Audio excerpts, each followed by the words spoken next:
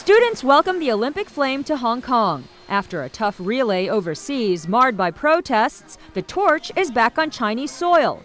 I'd like to say a very warm welcome home. But that doesn't mean there won't be more protests. Hong Kong is a special place in China. People can protest pretty much whenever and whatever they want.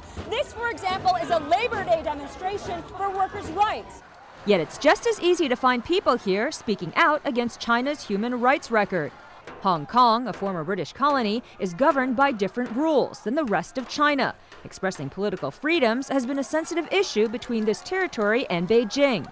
And the arrival of the torch is putting that relationship to the test.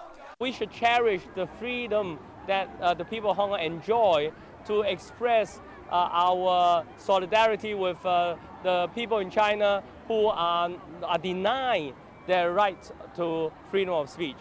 Some people in Hong Kong are worried that their own freedoms are being eroded. Several activists have already been deported upon arriving in Hong Kong, including the Danish sculptor who created this memorial for the 1989 crackdown in Tiananmen Square.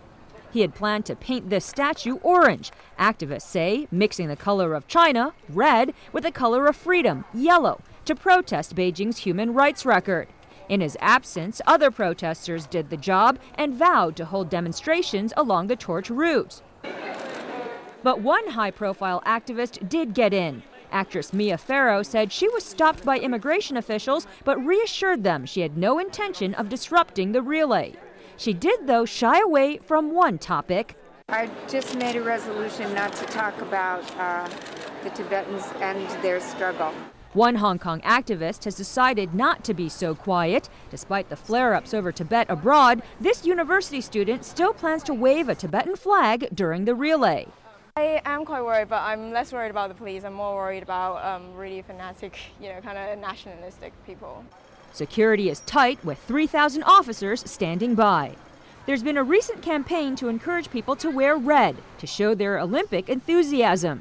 Nearly everyone we spoke to supported the torch relay, but were also proud of Hong Kong's tradition of allowing protests.